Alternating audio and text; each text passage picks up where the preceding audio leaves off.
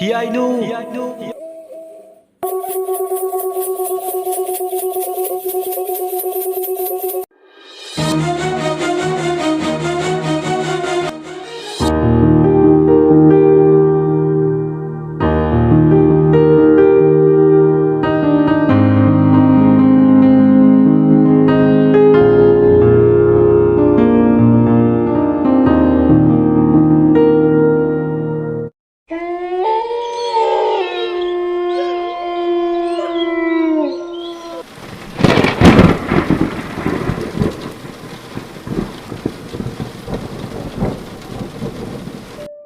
Tomthina,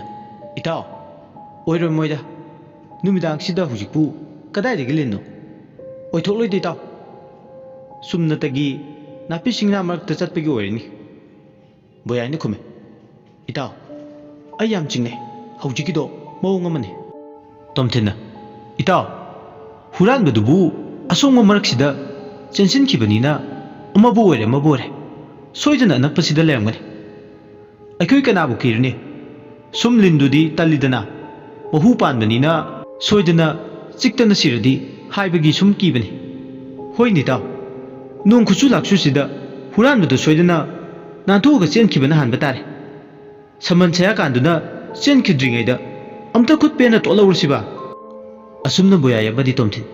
haina duna asongba leiba domda hena chensil nong dusu leptuna chue hangbagi mami amata di ude ani do nong du pumchon akha arausu amumuk yaure nong thangsu amumuk kuple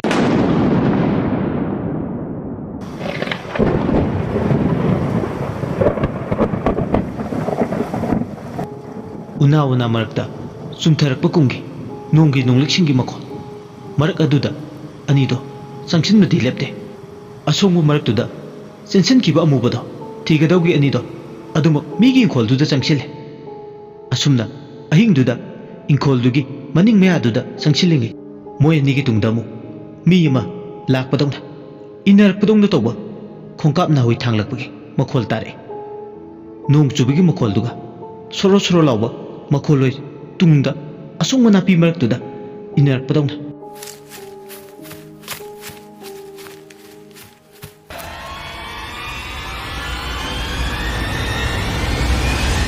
anido tung handuneng asum ne yeng thokibada ngasai moina ukiba mubado tungda laptakna lepaga lerambadu ure yam nakna su lepambadi nate khara laptak lepambane tawriba thawdo waduda makhoi ni do khangpre khangi makhoi gi tungda soro lawa khongthagi makhol takibada masak masa udaba amubasini mane hek chap lepkhibaga khongthagi makhol sisu lepkhibadi aduna ni da haine murum sonduna itaw aikoina songba nong maraksida kuiti tiri huran basidi aikoigi tungda lepaga lerame hoini taw masi yam phawine karimta masi lengda khai tumin aikoigi tungdaga lepaga leradana itaw san huran baibdo masi soidan oigani tolhorsi taw asumna ni do haine rambadagi ani dusu mamaido phatlei thoga amubaduna lepaga leriba mapadu tamna safabani do Pare gaya bagi mataku,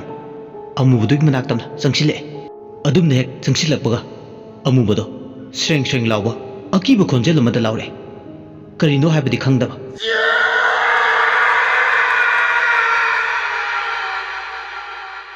Konjel duna lawgoda, makoi ni khangpre khangi, asum na nido, momit mena ilawlo, amu boduna, ontok tina sabtra magaloinana, laur kani abdi thajade, thakatba, angakpadi phawrame. Ani dudi thausa wasada masi law khongdanaga ahing sida tawi haidana phudadi phuraga bagi matago lawningba lawjo mawa lawde haiduna amubudugi manaktamna sangsilakpaduda amubuduna magi khud ya thangbado tingthore aduga ihan hana mang thaduna chinchilakpa boyagi makhuri charamdo ta pairaga mele adum hek metpaga boya magi makhongdo lebak makhada tarambadagi tapna wangkhale makhuri charamdo metkhibadagi phunba hore adumna phunba hobadagidi mamai mamit pumba ngakse ngange aduga soronba ngamsilaktre makhong ado pring kawba hore magi ngaksimda metliba khusado namduna lakthoke sungamtre tawriba matawduda ꯇꯣꯝꯊꯤꯟꯁꯨ ꯄꯨꯡ ꯉꯛꯈ꯭ꯔꯦ ꯇꯣꯝꯊꯤꯟꯅ ꯈꯨꯠꯇꯨꯕꯨ ꯂꯧꯊꯣꯛꯅꯕꯗꯤ ꯍꯣꯠꯅꯩ ꯑꯗꯨꯕꯨ ꯑꯅꯤ ꯆꯪꯗꯨꯅ ꯃꯦꯠꯂꯛꯈꯤꯕ ꯈꯨꯠꯇꯣ ꯂꯧꯊꯣꯛꯅꯕ ꯍꯣꯠꯅꯕꯗ ꯑꯋꯥꯕ ꯑꯃꯅꯤ ꯇꯣꯝꯊꯤꯟꯅ ꯃꯁꯤꯕꯨ ꯉꯥꯎꯖꯥꯠꯂꯅꯦ ꯃꯤꯒꯤ ꯃꯈꯨꯔꯤ ꯆꯔꯝꯁꯤꯕꯨ ꯃꯦꯠꯂꯤꯁꯤꯕꯣ ꯉꯥꯎꯗꯦꯒ ꯍꯥꯏꯕ ꯌꯥꯔꯣꯏ ꯊꯥꯗꯣꯛꯅꯦ ꯅꯪꯕꯣ ꯃꯤꯒꯤ ꯃꯈꯨꯔꯤ ꯆꯔꯝ ꯃꯦꯠꯂꯤꯁꯤꯕꯣ ꯑꯁꯤ ꯍꯥꯏꯔꯝꯃꯤ ꯃꯁꯥ ꯃꯎ ꯐꯅꯗꯤ ꯐꯕꯅꯤ ꯑꯗꯨꯕꯨ ꯑꯃꯨꯕꯁꯤꯒ ꯂꯝꯕꯥ ꯄꯥꯕꯁꯤꯗꯗꯤ ꯈꯔ ꯅꯣꯞꯂꯦ ꯁꯣꯏꯗꯅ ꯑꯃꯨꯕꯗꯨꯒꯤ ꯈꯨꯠꯇ ꯁꯣꯏꯗꯅ ꯁꯤꯕ ꯇꯥꯔꯦ ꯈꯟ ꯑꯁꯣꯡꯕ ꯅꯥꯄꯤ ꯃꯔꯛꯇꯨꯗ ꯎꯀꯛ ꯋꯥꯀꯛ ꯇꯥꯕ꯭ꯔꯥ ꯍꯥꯏꯗꯅ ꯀꯣꯏꯊꯤ ꯊꯤꯕ ꯍꯧꯔꯛꯂꯦ ꯎꯇꯨꯞ ꯋꯥꯇꯨꯞꯇꯨꯕꯨ ꯂꯩꯔꯗꯤ ꯃꯁꯛ ꯃꯁꯥ ꯈꯪꯗꯕ ꯑꯃꯨꯕꯁꯤꯗ ꯍꯦꯛꯇ ꯊꯣꯝꯃꯒꯦ ꯍꯥꯏꯕꯒꯤ ꯃꯇꯥꯒꯨꯝ ꯑꯗꯨꯕꯨ ꯅꯣꯡꯒ ꯆꯨꯔꯦ ꯃꯝꯒ ꯃꯝꯂꯦ ꯑꯃꯠꯇꯗꯤ ꯐꯪꯗ꯭ꯔꯦ ꯑꯗꯨꯅ ꯇꯣꯝꯊꯤꯟꯁꯨ ꯄꯥꯈꯠꯂꯝꯗꯕꯗꯣ ꯄꯥꯈꯠꯄ ꯍꯧꯔꯛꯂꯦ ꯀꯔꯤꯝꯇ ꯊꯣꯏꯅ ꯈꯟꯖꯤꯜꯂꯨꯗꯕꯅꯤ ꯑꯗꯨꯕꯨ ꯕꯣꯌꯥꯏꯒꯤ ꯃꯈꯨꯔꯤ ꯆꯔꯝꯗꯣ ꯆꯥꯟꯅꯅ ꯀꯟꯅ ꯃꯦꯠꯈꯤꯕꯗꯨꯅ ꯁꯣꯏꯗꯅ ꯁꯤꯕ ꯇꯥꯔꯦ ꯈꯟ ꯃꯤꯍꯨꯜꯗꯣ ꯆꯦꯟꯈꯠꯈ꯭ꯔꯦ ꯑꯃꯗꯨꯅ ꯃꯈꯣꯡꯗꯣ ꯐꯤꯗꯤꯡ ꯐꯤꯗꯤꯡ ꯀꯥꯎꯔꯦ ꯑꯁꯨꯝꯅ ꯇꯧꯔꯤꯉꯩ ꯇꯥꯟꯖꯥꯗꯨꯗ ꯑꯀꯟꯕ ꯅꯣꯡꯖꯨ ꯃꯔꯛ ꯑꯗꯨꯗ ꯂꯥꯃꯩ ꯊꯥꯟꯕꯤꯗꯧꯅ ꯇꯧꯕ ꯑꯆꯧꯕ ꯃꯩꯕꯨꯜ ꯑꯃ ꯏꯪꯈꯣꯜꯗꯨꯒꯤ ꯆꯤꯡꯈꯩ ꯃꯥꯏꯀꯩꯗꯒꯤ ꯄꯥꯏꯔꯛꯑꯦ ꯃꯈꯣꯏꯅ ꯂꯩꯔꯤꯕ ꯃꯥꯏꯀꯩꯗꯣꯝꯗ ꯑꯀꯟꯕ ꯁꯥꯎꯝꯒ ꯂꯣꯏꯅꯅ ꯅꯨꯡꯁꯤꯠꯀꯤ ꯃꯥꯡ ꯊꯥꯅ ꯃꯩꯕꯨꯜꯗꯨꯅ ꯃꯩꯔꯤ ꯊꯟꯅ ꯆꯥꯛꯇꯨꯅ ꯑꯃꯨꯕꯗꯨ ꯇꯝꯅ ꯄꯥꯏꯁꯤꯜꯂꯦ ꯑꯗꯨꯝꯅ ꯄꯥꯏꯁꯤꯜꯂꯛꯄꯗꯨꯗ ꯑꯃꯨꯕꯗꯨꯒꯤ ꯃꯈꯨꯠ ꯌꯦꯠ ꯊꯥꯡꯕꯗꯣ ꯉꯛꯁꯝ ꯃꯦꯠꯂꯝꯕꯗꯣ ꯊꯥꯗꯣꯛꯈ꯭ꯔꯦ ꯑꯗꯨꯝꯅ ꯍꯦꯛ ꯊꯥꯗꯣꯛꯄꯒ ꯕꯣꯌꯥꯏꯗꯤ ꯈꯧꯔꯤ ꯆꯔꯝ ꯃꯦꯠꯈꯤꯕꯅ ꯃꯁꯥ ꯄꯨꯝꯕ ꯄꯥꯡꯒꯜ ꯊꯣꯛꯇ ꯊꯧꯅꯥ ꯃꯌꯦꯡ ꯇꯥꯅ ꯃꯁꯥ ꯄꯨꯝꯕ ꯍꯤꯛꯊꯔꯗꯨꯅ ꯅꯣꯡꯖꯨ ꯃꯔꯛ ꯑꯗꯨꯗ ꯂꯩꯃꯥꯏꯗ ꯍꯥꯏꯊꯈ꯭ꯔꯦ ꯃꯍꯥꯛꯇꯤ ꯋꯥꯈꯜ ꯇꯥꯈꯤꯗ꯭ꯔꯦ ꯑꯃꯨꯕꯗꯨꯒꯤ ꯃꯁꯛꯇꯣ ꯃꯌꯦꯛ ꯁꯦꯡꯅ ꯎꯔꯦ ꯍꯧꯖꯤꯛꯇꯤ ꯂꯥꯃꯩ ꯊꯥꯟꯕꯤꯒꯤ ꯃꯩꯕꯨꯜꯒꯤ ꯃꯉꯥꯜ ꯑꯗꯨꯗ ꯁꯔꯨ ꯃꯀꯣꯛ ꯑꯃꯒ ꯁꯔꯨ ꯄꯣꯂꯥꯡꯒ ꯑꯣꯏꯗꯨꯅ ꯂꯩꯔꯝꯃꯤ ꯃꯈꯣꯏꯅ ꯉꯁꯥꯏ ꯎꯈꯤꯕ ꯑꯃꯨꯕꯗꯣ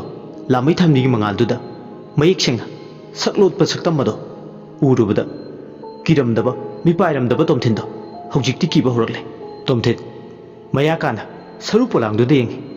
ꯁꯔꯨ ꯄꯣꯂꯥꯡꯗꯨꯅ ꯃꯤꯠꯃꯥꯡꯗ ꯑꯀꯤꯕ ꯁꯛꯂꯣꯟ ꯑꯃꯗ ꯂꯦꯞꯄꯒ ꯂꯩꯕꯗꯨ ꯎꯕꯗ ꯑꯀꯤꯕꯅ ꯃꯁꯥꯗꯣ ꯌꯨꯝꯃꯛꯏ ꯇꯣꯝꯊꯤꯟꯗꯨ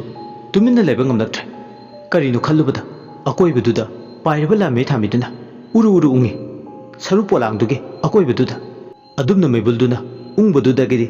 ꯁꯔꯨ ꯄꯣꯂꯥꯡꯗꯣ ꯃꯐꯝ ꯑꯗꯨꯗꯒꯤ ꯃꯥꯡꯈ꯭ꯔꯦ ꯁꯔꯨ ꯄꯣꯂꯥꯡ ꯑꯗꯨ ꯃꯥꯡꯂꯝꯗꯥꯏꯗ ꯑꯃꯨꯛꯇꯪ ꯁ꯭ꯔꯦꯡ ꯁ꯭ꯔꯦꯡ ꯂꯥꯎꯕ ꯈꯣꯟꯖꯦꯜ ꯑꯃꯗ ꯂꯥꯎꯔꯝꯃꯤ ꯅꯣꯏ ꯑꯃꯇ ꯂꯦꯝꯅ ꯊꯥꯔꯣꯏ ꯋꯥꯍꯩ ꯑꯁꯤꯃꯛꯅꯤ ꯍꯥꯏꯔꯝꯂꯒ ꯁꯔꯨ ꯃꯀꯣꯛꯇꯣ ꯃꯥꯡꯈꯤꯕꯒ ꯉꯁꯤ ꯂꯝꯁꯤꯕꯨ ꯀꯣꯜꯂꯤꯕ ꯂꯥꯏꯁꯤꯅ ꯑꯃꯝꯕ ꯑꯍꯤꯡꯗꯨꯗ ꯂꯥꯃꯩ ꯊꯥꯟꯕꯤ ꯃꯩꯔꯥ ꯃꯩꯕꯨꯜꯒꯤ ꯁꯛꯂꯣꯟ ꯂꯧ ꯑꯃꯝꯕꯗꯨꯗ ꯀꯟꯕꯤꯕ ꯂꯥꯛꯈꯤꯕꯅꯤ ꯀꯔꯤꯒꯨꯝꯕ ꯃꯩꯕꯨꯜ ꯑꯗꯨ ꯂꯥꯛꯂꯝꯗ꯭ꯔꯕꯗꯤ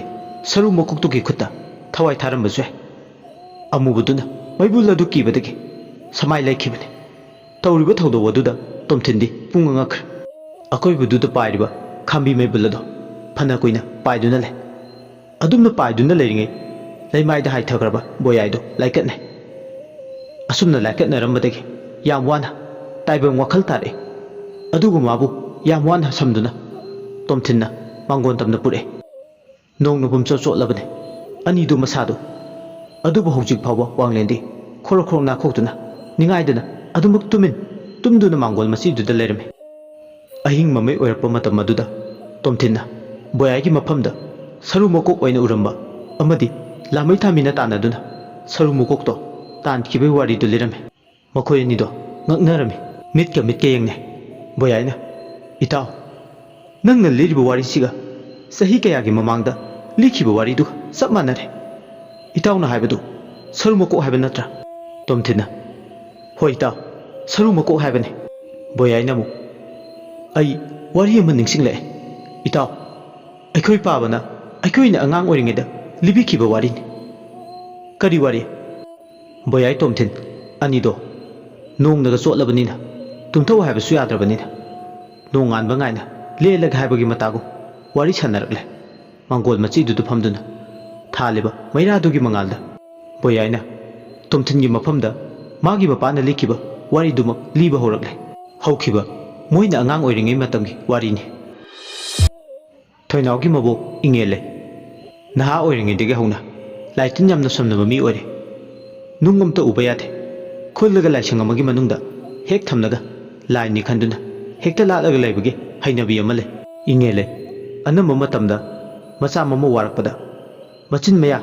ꯀ꯭ꯔꯤꯛ ꯀ꯭ꯔꯤꯛ ꯆꯤꯛꯏ ꯃꯁꯥꯗ ꯂꯥꯏ ꯑꯃꯁꯨ ꯂꯣꯏꯅꯕꯗꯧꯅ ꯍꯦꯛ मरक मरक्तसु तौई थोइनावबु हेक पोकपि ममा असेंबा ममो अहल लैमबु मचा नुपा पोकते ममित मसु नुपा हाना उहंदे हाइदुना मसु नुपी पोकपगि थिनिसिना तौबा हौरक्लमे मतमदु थोइनाव था अमा फाबदा ngaire पोकपगि मनिंग कुमले साबोकपिदु थिना थिना तौबा हौरक्लमे इंगे लैना हो ngamjadre napa napuna thamlamba awun minairane aibo nangi chak thongnaba ningtha sunaba thamba minaira napa mahaire kana leite nama napa asibaduna lairipakta leire sagaina te haire kana leite nangi damak songthokpinaba kana leite pidat padatpa lamja sara nangdi karigi nayum paningli karigi nawa naininglu de nawa do naige hairadi kana da noma pidat padatpa amada nasaga chanaba amada layu yadabra hey lamsi sikrone he karigino hanu thangsida ibu oladi sibo khwang na khwang yadra kansida inge leina asumna thina ngangbadu taraga maning kumduna leibi leimado mitlu pirang ihona hik laung kaptuna le kari nungino haido hek yawi kanaguma ma leiram labade phagani haina khali karigi taibang semba mapu makna magi mama mapabu mun khibano kana leijadraba lairaba adon dangba imung oiram lebano naitom poklubana awa nungai tamtok tamsin phawba leite magi awabada koknaba wari sanaba mi ama phawba ek leite pikliba masaduda amu yeng haifum topa mama hek khangde mathanda hek launa kape I nauribi maning kumlibi adugi hanubiduna magi tongana sak thonglaga pijagadawu pijade mathanda chai magi chapam thokpa thonglaga sabokpiduna sanaba thamba ngaraudo inge lei mathantana sathoe sabokpiduna sara helaga thami angakpani magi thamoi minungsi maset amada phaw hek phawthe mamung nupidudegi hendoktuna masudu phaw minungsi maset amada phaw ude angang du karam dawna khumlang pithakadori chak phaw pijadrabada leima onthoina khangli phamungduda sabokpiduna adumna saram sadana nalenba mapuroibana langphai chatkibana magi ka namta leite mateng pangbinaba ising khuya amada phaw pinaba hek leite numit humni sara helaga lelakpado yumthangna na lebi tamphaduna nongmugi numit amadi leimagi awaba matawado urure sabokpidu soidana sara henduna siba tare khanduna tamphana masaki mayumdagi sak thongduna puraklaga leimadu pijarame karigumada tampha leiramdrabdi sabokpidu soidan siramgani tamphana sabokpidugi mateng pangbudu uraga maching tawre ingele hey haipa sabi tamphana kume kaidawragi ine gaina tamphana inebu ine haibani ingele kanagi ne karigi ne inegi wata side nangbu yumsigi kari orige nathau natana kanana yumsida sak thonglaga puroge ine leimagi mateng pangmani karigi mateng ho noidane yokkege yokshakro mama machani animak puthang ngamjadre tamphana khume inegi mongshidi kainomnina aikhoidi kainomni nang khangdro tamphana khume ine leimagi khalagani aina magi mateng panglisdi phatanungda tho kaino oidose I matumda ngairibi angangsigi khalaga minungsigi matengdo khajik phau khanbi bayadabra ya minungsi laibini ko somdi thaujal tan yombi mathong maram khangdaba angangsibu aigi su inge laigi isu khak oiro maibi sen hullaga yengluba matamda isu nupa pokani haikibani aduga hujingna isu nupi oina masibu oithokpa yabra aduna mawa laude aidi tamphana khume inegi wado taba yadreda hai tampha nangna nayumda nawa na purubida ngambado aingondadi tawrakanu nangna ne aigi muksida changlaaga khabai khara sabaga de yaro nathau natana nathau thiranu nayumgi loisingedaba nasin sindado loisin jaruro mafam sidane suru nairaga ithak kaduna inembok sabiranu taningdre songa dongna saranu mathibong pijaraba natro hankhro yare swaida chabeng ngangdana leiranu makha sangdaba talami masiga alse peng chore aduna makha tanaba talle sum sangtharuragadi ma oina aranba tarakani khanmadagi tumin leir michine leimada chatlagi haramlaga tumin chatkhr नुमितुगी नुमिदांग तांगलौ लैना थेंजिल्लग्लबा अहिंगी मतमदा इंगेले मखोइगी कुराव अंगौबा हौरिबा मखोंग अदुदा मिचिक मिराव खोलताद्रबा अहिंगी मतमदुदा चरे फिमु set लाई ताइनगदौ तौरे मचिंदा सोले मसीगी नुपीसिदा हातलगा फगदबने माना मरम ओइरगा आइबु फत्तबि ताले मियामांगदा आइबु योनबीरे मसीदा हातलगा लोरे मसीदा हातलगा थवाइना ताजबा इखुत चाबा इमौ अमा थीगे कइदौ जरुनीगे लेबाक चावी नपसोबि तराना परेंग लेंदुना लेनरबा मतमसिदा पामदे युमसिदा लेरिबा इमौसे अइदि इमिचिना इमौ ओइना उबगा ngamde pu pangsuna naong naw kondabise yaibi thawai lawrga peladabani asumna sawningmana machinda murum murum sole khutta thangon maya chamni pan pai jagoi khutek tamduna mathanda leina angawbigum jagoi sarame amuksu hek mathanda noi amuksu hek kapi kana su lebinate kura onguba mokong aduda wari sigi dipan suba pandup matang asid loisinjare mayamna wari sibu tabiraga adong apam pamdadu comment da thambiramu loisilakpada mayabu amuka hana ikok nona khurumjari